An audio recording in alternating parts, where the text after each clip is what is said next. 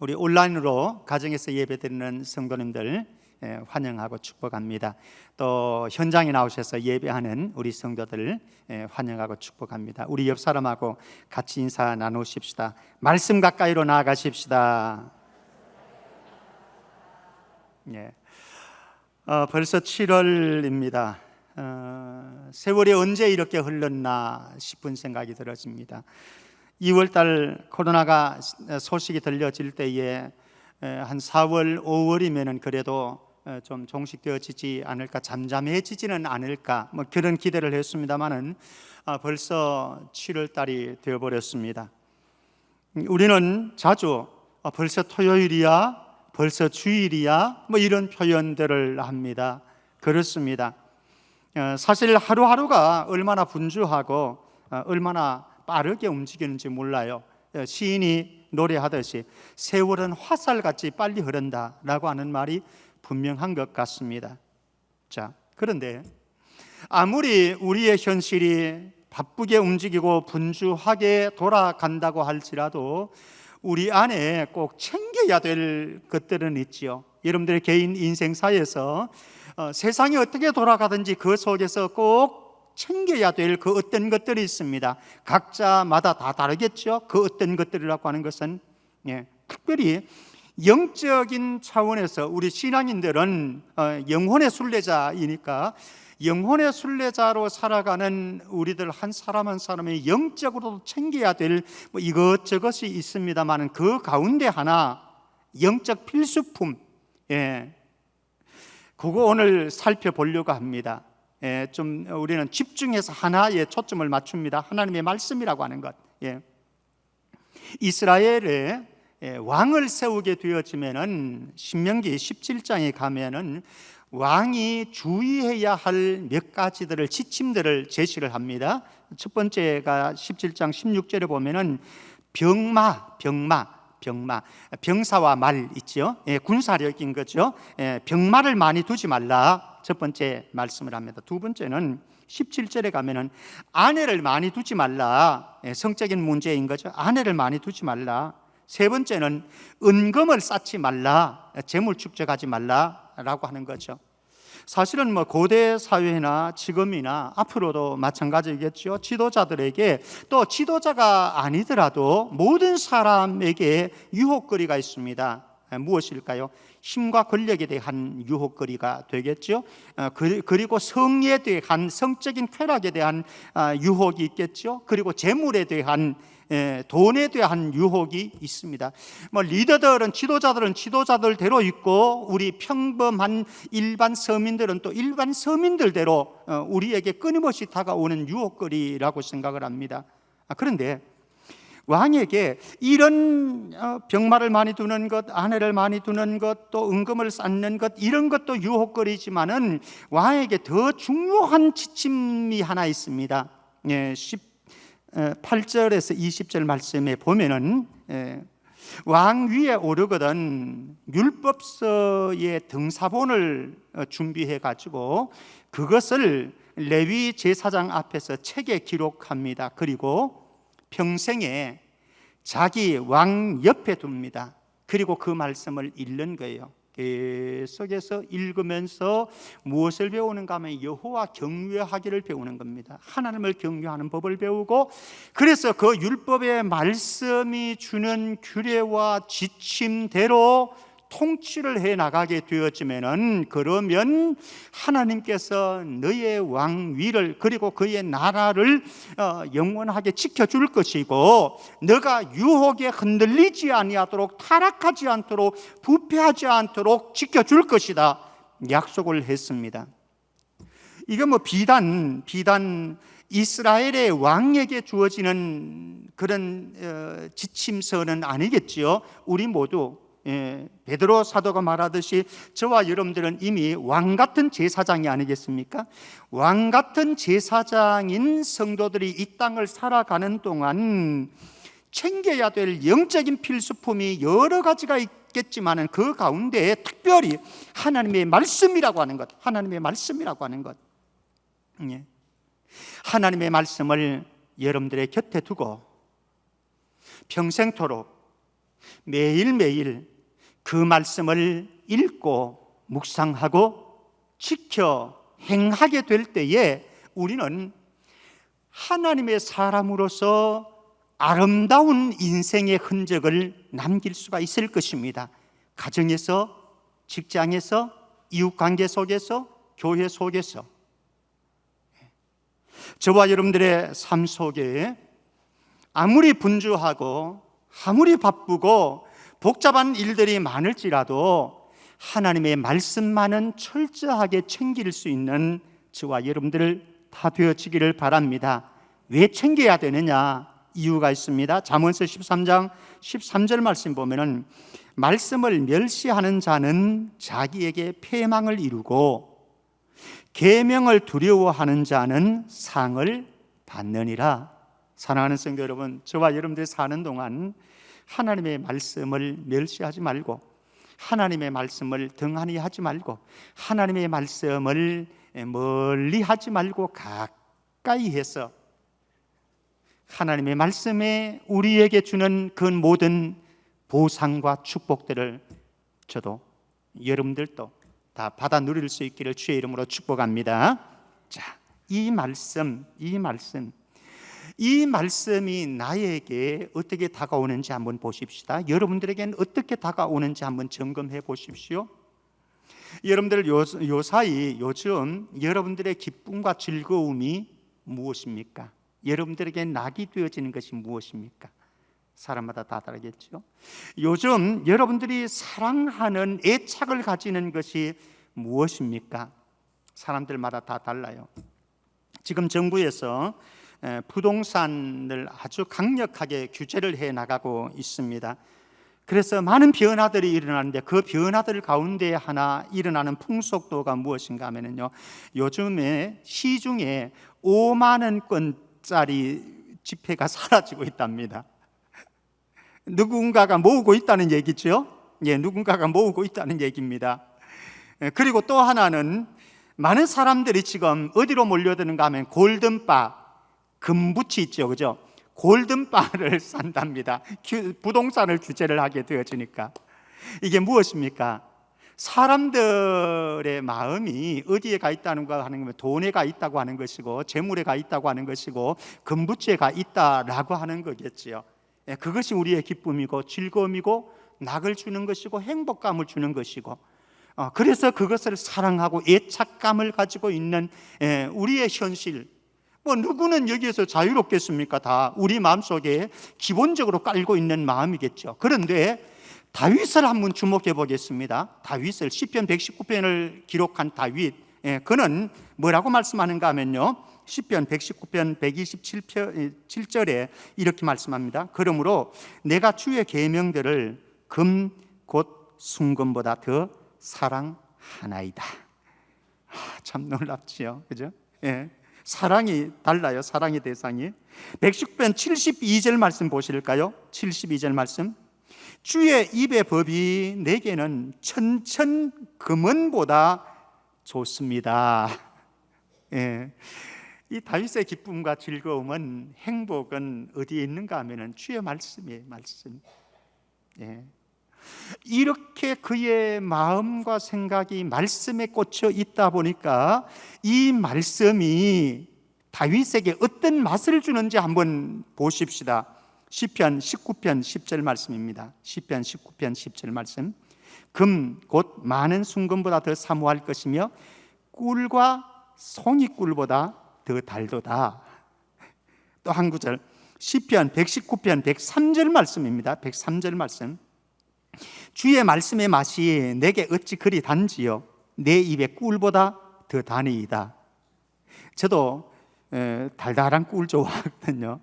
어떤 때는 피곤하고 또 목이 좀 아프고 칼칼하고 그러면은 꿀을 한 수저 딱 떼가지고 먹습니다. 그냥 물도 안 타고 그냥 먹습니다. 좋아요. 행복해요. 여러분들 피곤하게 되어지면은 뭐가 당기나요? 달달한 커피, 믹스 커피, 그것도 다른 게 아니고 믹스 커피, 달달한 믹스 커피가 생각나지요.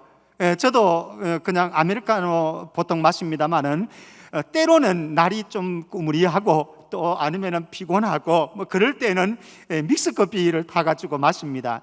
2인자 전사님은 더 믹스 커피를 선호하고, 달달한 게 당기는 거죠.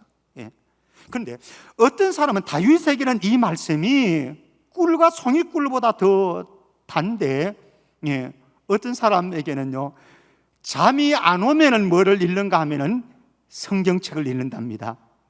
잠이 안 오면, 왜 성경책을 읽는 거죠? 잠 오도록 하는 거예요. 잠 오도록. 그러니까 수면제가 성경책이야. 우리 교회에는 한 사람도 성경책을 수면제로 삼는 분 없고, 오늘 다윗처럼 정말 달콤한 꿀송이보다 더 달아서 내 심령이, 내 영혼이 이 말씀으로 행복합니다. 이런 은혜가 있기를 주의 이름으로 축복합니다. 자, 그러면은 이런 달콤한 맛을 가진 말씀이라고 한다면 우리는 어떻게 해야 되겠습니까? 이 말씀을 섭취해야죠. 섭취해야죠. 우리 사람들 가운데 이런 사람들도 있습니다. 맛있는 음식 맛집을 찾아가면서 맛을 즐기는 이런 사람, 미식가들도 있죠. 저는 맛에 대한 별 관심은 없어요. 그냥 배만 부르면 되는 사람입니다. 그런데 어떤 사람들은 미식가들인 거죠. 맛집을 찾아서 다닙니다. 정말 다윗처럼 하나님의 말씀이 나에게 꿀 같고 송이꿀보다 더 달다고 한다면 우리는 이 말씀을 섭취해야 되는데, 예레미야의 고백 한번 들어보시겠습니까? 예레미야서 15장 16절입니다. 만군의 하나님 여호와시여, 나는 주의 이름으로 일컬음을 받는 자라. 내가 주의 말씀을 얻어 먹었사오니 주의 말씀은 뭐예요? 내게 기쁨과 내 마음의 즐거움이오나. 사랑하는 성도 여러분, 주의 말씀을, 달콤한, 다윗에겐 달콤했던 주의 말씀을 우리가 섭취해서 그 말씀이 주는 기쁨과 즐거움과 행복을 맛볼 수 있기를, 또 예레미야처럼 이런 고백할 수 있기를 주의 이름으로 축복합니다. 말씀이 지겹다고 그러면 이거는 곤란합니다. 말씀이 잠을 청하기 위해서 내가 봐야 된다고 한다면 이거는 이제 심각한 거죠. 정말로 이 말씀을 내가 섭취했을 때에 이 말씀이 나의 즐거움이고 이 말씀이 나의 행복이고 이 말씀이 나의 기쁨입니다 라고 그런다고 한다면 우리의 삶 속에서 해야 될 일이 있죠. 욥은 정말로 우리는 상상하기 힘들 정도의 시련들을, 역경들을, 고난들을 맞닥뜨리게 되어졌죠. 정말로 우리 같으면요 아마 숨통 끊어진다라고 이야기했을 겁니다. 그런데 그 고난의 풀무 속에서 욥은 어떻게 했는가를 한번 주목해 볼 필요성이 있습니다. 욥기 23장 12절 말씀에 보면은 욥은 이렇게 고백합니다. 내가 그의 입술의 명령을 어기지 아니하고 정한 음식보다 그의 입의 말씀을 귀히 여겼도다. 사실은 사람들은 하루 세끼 정직하게 찾아 먹으려고 합니다. 그래서 남편들 정직하게 하루 세끼를 찾아 먹으려고 하는 삼식이들은 아내의 눈총을 받고 살지요. 그래서 아내의 눈총을 좀 덜 받으려고 그러면 두식이가 되는 게 좋겠지요. 하루 두 끼만 먹고 사는 남편. 근데 하루 두 끼만 먹고 사는 이 남편보다 더 좋은 사람이 있습니다. 일식이. 자, 요새는 다이어트 한다고 사람들이 두식이를 많이 선호합니다. 일식이는 좀 과하다 생각 들고. 그러나 사람들은 사실 내 몸의 건강을 위해서 또 내 입의 달콤함을 위해서 즐거움과 기쁨, 만족감을 위해서 하루 세 끼 정한 밥은 다 찾아 먹으려고 그러는 게 사람입니다. 육신의 건강을 위해서 우리는 밥을 세 끼를 다 챙겨 먹습니다. 그런데 어떤 그리스도인들 가운데는 밥은 하루 세 끼 꼬박꼬박 다 삼식이처럼 잘 챙겨 먹는데 하나님의 말씀은 한 번도 쳐다보지 않고, 하루에 한 번도 쳐다보지 않고, 맞대면 하지 않고, 눈을 맞춰보지 않고 살아가는 사람들도 개 중에는 있어요. 다른 교회 교인들은. 우리 교회는 없어요. 그런 분들이 제가 알기로는 없어요. 예. 만약에 있다고 한다면 저를 실망시키는 정도가 됩니다. 예. 예. 욥은 그랬다고 하는 거예요. 그렇게 어려운 역경과 고난과 시련의 풀무 속에서도 하루 세끼 밥을 먹는 것보다 더 중요하게 여긴 것이 하나님의 말씀이었다. 하나님의 말씀이었다. 예. 우리는 요한의 고백처럼, 요한 3서에 있는 것처럼 우리의 영혼이 잘 돼야 범사가 잘 되고, 그래야 우리가 강건함을 우리는 공식을 알고 있습니다. 공식을 바꾸면 안 되죠. 예, 공식을 바꾸면 안 됩니다. 건강 챙기기 전에, 범사가 잘 되기를 챙기기 전에 먼저 챙겨야 될 일이 있는데, 영혼의 잘됨을 챙겨야 되는데, 우리의 영혼이 잘 되려고 하면 어떻게 해야 됩니까? 하나님의 말씀을 가까이 해야 되지요. 이번 성천 성경쓰기 이 도전을 통해서 우리 온 성도들이 정말로 우리의 영혼을 만족하게 하는, 우리의 삶을 다시 살릴 수 있는 말씀 가까이 가는 은혜가 있기를 주의 이름으로 축복합니다. 예. 하나님의 말씀을 좋아하고 사랑할 수밖에 없는 이유가 다윗에게는 있어요. 사실 우리가 내가 누구를 사랑한다라고 할 때에, 누구를 좋아한다라고 그럴 때에 이유가 다 있잖아요. 무턱대고 그냥 좋아하고 무턱대고 사랑하는 건 아니죠, 그죠? 예, 사랑하는 데는, 좋아하는 데는 다 이유가 있어요. 예, 다윗이 이렇게 하나님의 말씀을 이렇게 달콤하게, 꿀송이보다 더 달콤하다고 사랑하고 좋아하고 기뻐하는 이 이유가 있는데, 그 이유 시편 119편에도 여러 가지를 얘기할 수 있는데 저는 세 가지만 한번 찾아보려고 합니다. 첫 번째는요, 시편 119편 24절입니다. 24절에 보면은요, 주의 증거들은 나의 즐거움이요 나의 충고자니이다. 사실 우리 인생에요, 인생에 멘토가 있는 것은 참 좋은 일입니다. 멘토, 또 상담자 내지는 슈퍼바이저라고도 하기도 하는데요, 나에게 어떤 충고를 해줄 수 있는, 조언을 해줄 수 있는 사람은 참 행복한 거죠.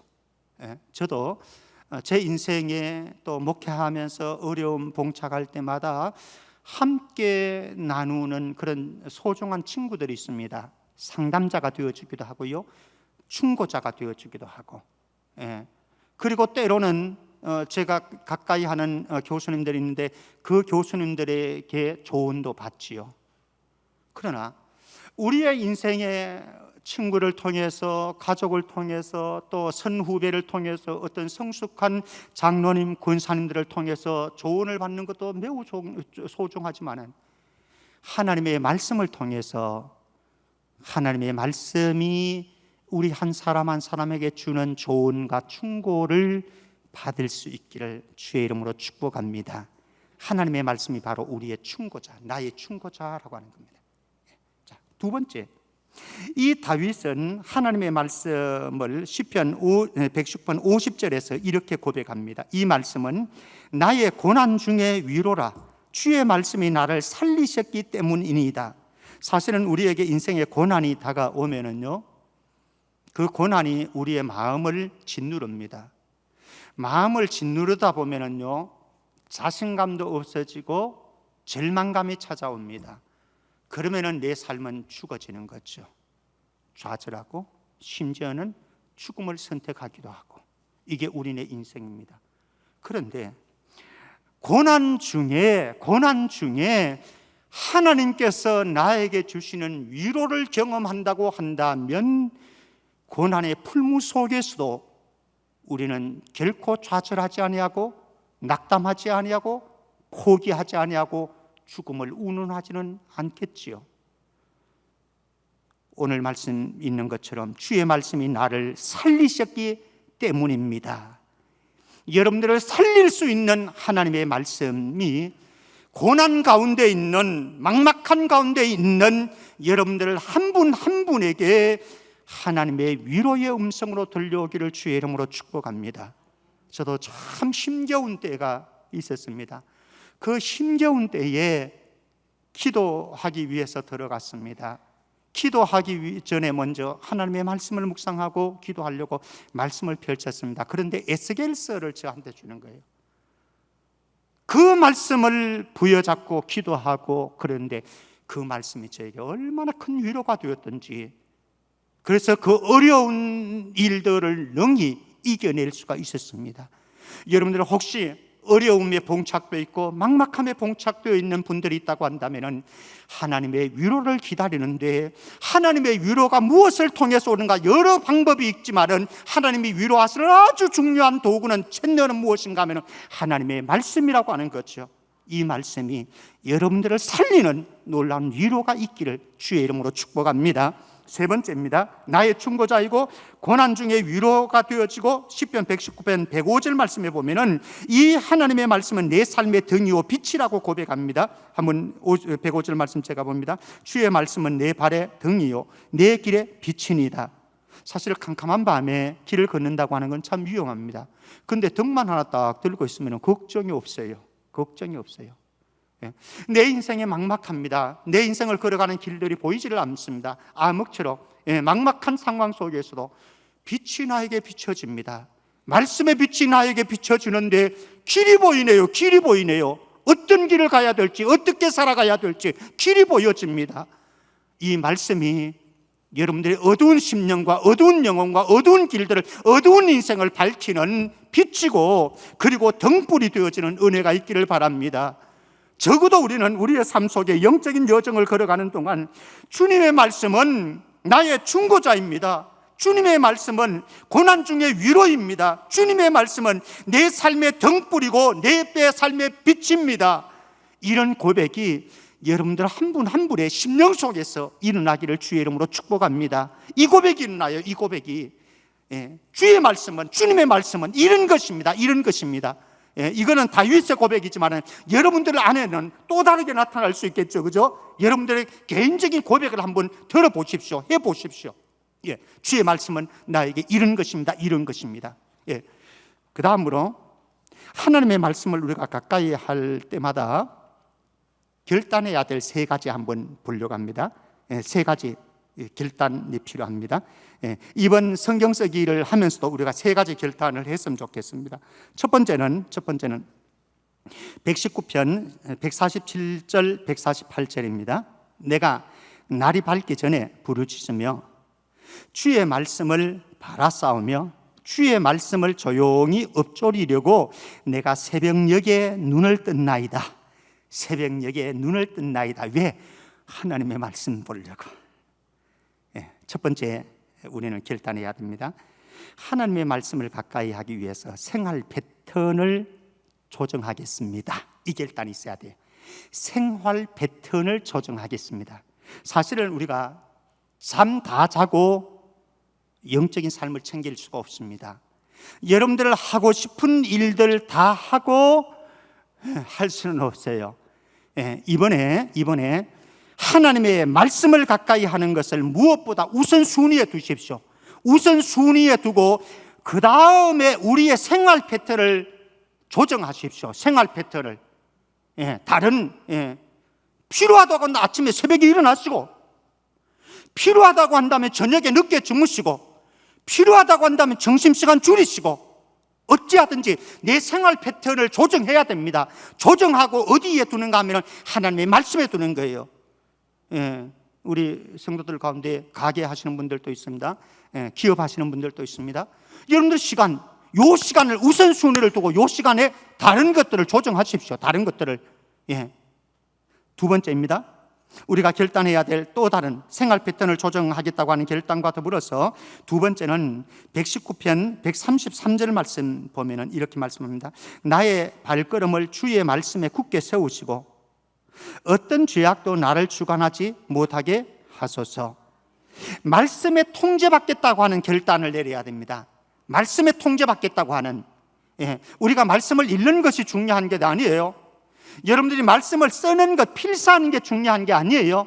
중요한 것은 무엇인가 하면 내가 필사하면서, 내가 읽으면서, 내가 말씀을 들으면서 내 삶을 주의 말씀에 의해서 통제받겠습니다. 간섭받겠습니다.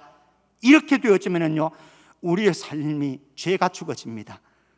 죄에 가까이 가지를 않습니다. 그래서 우리의 삶을 거룩한 하나님의 사람으로 만들어가는 거죠. 이번 기회에 우리 결단 하나 하십시다. 하나님께서 나에게 말씀하실 때에 내 삶을 말씀에 의해서 통제받겠습니다. 간섭받겠습니다. 세 번째 요한계시록 1장 3절 말씀입니다. 요한계시록 1장 3절 말씀 보면은 이 예언의 말씀을 읽는 자와 듣는 자와 그 가운데 기록한 것을 지키는 자는 뭐라고요? 복이 있나니. 우리 모두 복 있는 삶을 원하잖아요.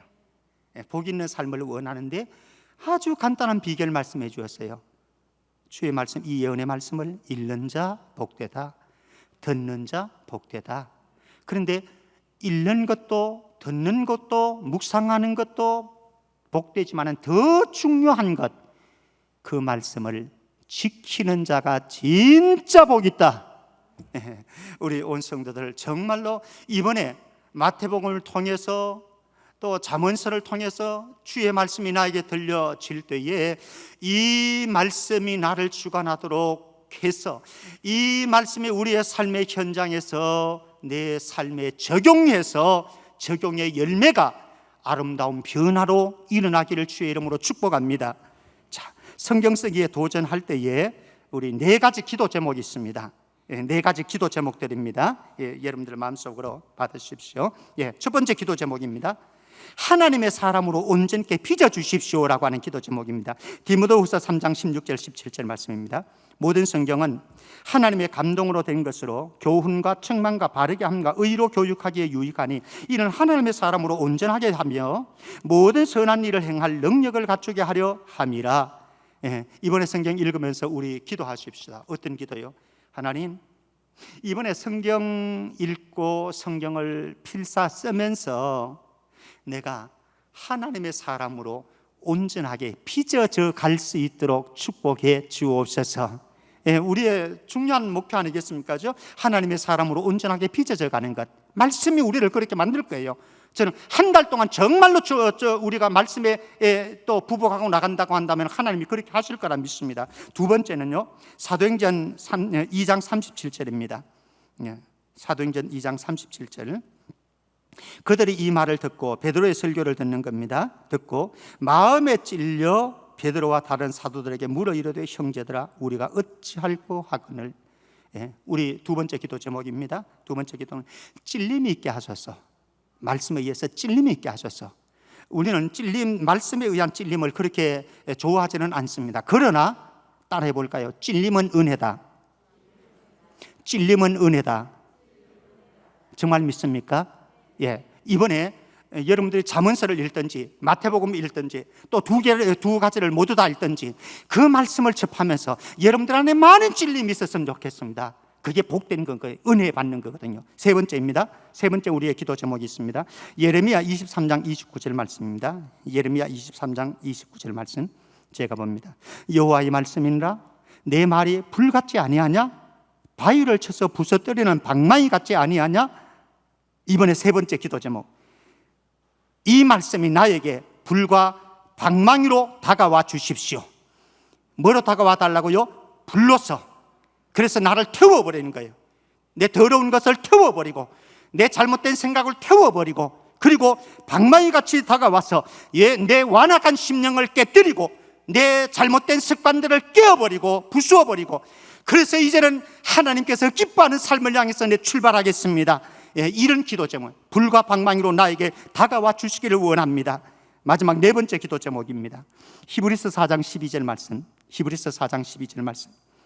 하나님의 말씀은 살아있고 활력이 있어 좌우의 날선 어떤 금보다도 예리하며 혼과 영과 및 관절과 골수를 찔러 쪼개기까지 하며 또 마음의 생각과 뜻을 판단하나니. 이번에 기도하실 때에 여러분들 이렇게 기도하시기를 바랍니다. 하나님, 내가 쓰고 있는 이 말씀이 내 전 인격을 수술해 주십시오. 내 전 인격을 수술해 주십시오. 내 마음도 수술해 주시고요, 내 생각도 수술해 주시고요, 내 감정도 수술해 주시고요, 내 입도 수술해 주시고요, 내 발도 수술해 주시고요, 나의 전 인격을 수술하셔서 이번 기회를 통해서 내 삶이 변화되어지는 증거들이 말씀을 통해서 일어날 수 있도록 축복해 주옵소서. 이런 기도를 하면서 우리가 이번에 성경 쓰기를 한다고 한다면 놀라운 은혜가 저와 여러분들에게 모두 임할 줄을 믿습니다. 말씀 맺겠습니다. 하나님의 말씀을 가까이 하는 자 복이 있습니다. 말씀을 읽는 자 복이 있고, 듣는 자 복이 있고, 암송하는 자 복이 있고, 묵상하는 자 복이 있고, 배우는 자 복이 있습니다. 이번에 또 그런 은혜가 있을 줄로 믿고요. 성경 쓰기를 도전함에 있어서 제가 방구 마지막으로 합니다. 여러분들 성경 쓰기를 도전하면서요, 그냥 성경을 쓰는데, 읽고 쓰는데 주목할 필요는 없어요. 사실은 그거 하려고 하는 건 절대로 아닙니다. 그거 하려고 하는 건 절대로 아니고, 뭐 성경 한번 잠언서 다 썼는데 뭐 어쩌라고, 마태복음 저 다 썼는데요 뭐 어쩌라고, 갑으로 물려주십시오. 좋습니다. 그러나 그게 목적은 아니에요. 목적은 무엇입니까? 내가 하나님의 말씀을 가까이 가는 것, 내 삶을 조정하는 거예요. 하나님의 말씀을 가까이 하는 삶을 사는데, 이번에 하시면서요, 잠언서를 쓰시면서, 저는 여러분들이 잠언서 쓰는 것 아마 뭐 부지런히 하는 사람은 한 3, 4일이면 다 할 수 있는데 그렇게 하기를 원하진 않아요. 마태복음 28장이잖아요. 잠언서 31장이잖아요. 하루 한 장씩 쓰시면 좋을 것 같아요. 하루 한 장씩 쓰시는데, 이제부터 제가 하신 말씀 들으세요. 여러분들이 그 말씀을 읽고 쓰시면서 내 마음과 영혼에 담으시고 꼭꼭 씹으십시오. 꼭꼭 씹으라고 말씀드립니다. 하나님의 말씀을 꼭꼭 씹으십시오. 그러면서 쓰시면서 눈물도 흘려봤으면 좋겠고요. 쓰시면서요, 방망이도 경험해봤으면 좋겠고요. 쓰시는 중에 불이 여러분들을 태우는 역사도 경험해봤으면 좋겠습니다. 그렇게 꼭꼭 씹으면서 눈물을 흘리면서 썼으면 좋겠어요. 그 다음에 그렇게 쓰는 그 말씀을 오늘 내가 잠언서 1장 썼다, 2장 썼다, 이게 중요한 게 아니고요, 여러분들의 마음속에 담아가지고 직장으로 가시고, 그리고 집안 살림 하시면서 그 말씀을 계속해서 되뇌이십시오. 묵상하라는 겁니다. 묵상한다라고 하는 것은 소가 되새김질하는 것, 그걸 묵상하다라고 하는 거거든요. 여러분들의 삶 속에서 끊임없이 하루 종일 오늘 내가 기록했던 그 잠언의 말씀, 마태복음의 말씀을 마음에 담고 계속해서 생각하고 묵상하고 지배를 받으십시오. 하루 종일 쓰는 게 목적이 아니라고 분명히 말씀드렸습니다. 그럼 3, 4일만 하면 하실 분들은 다 해요. 그게 목적 아닙니다. 하루 한 장씩 하면서 이 말씀이 나를 지배하도록 하는데, 하루 종일 24시간 이 말씀 안에 내가 잠겨 있는 겁니다. 그리고 세 번째는 그 말씀대로 지켜서 행하는 겁니다. 부부간에 살아가는 삶에서, 자녀들을 대하면서, 여러분들의 직장에서 일하면서, 동료들과의 관계 속에서, 상사들에 대한 태도에서 여러분들이 묵상한 그 말씀대로 하나씩 지켜 행한다고 한다면 저는 확신합니다. 확신합니다. 한 달이 지났을 때에는 저와 여러분들에게 영적인 변화가, 아름다운 변화가 분명히 일어날 것이고, 영적인 성숙이 분명히 일어날 겁니다. 그것을 기대하십시다. 그것을 기대하고 이제 한 달 동안 우리 모두 말씀 안에 잠기는 우리 성도들 다 되어지기를 주의 이름으로 축복합니다. 하나님 아버지, 은혜 감사합니다. 하나님의 말씀이 우리를 살릴 수 있고, 이렇게 달콤하고 우리에게 기쁨을 줄 수 있는 것이고 행복감을 줄 수 있는 것이라고 다윗이 고백했는데, 다윗의 고백이 우리 모든 성도들의 고백이 되게 하여 주옵소서. 이번에 성경 쓰기를 도전합니다. 우리 모든 성도들을 한 사람 한 사람 함께 동참할 수 있게 하시고, 동참하면서 우리의 결단도 이루어지게 하시고, 우리의 기도 제목도 삼게 하시고, 그래서 내 삶에 놀라운 변화가 일어나는 것들을 우리 삶의 간증으로 고백할 수 있도록 축복해 주옵소서. 예수 그리스도 이름으로 기도합나이다. 아멘.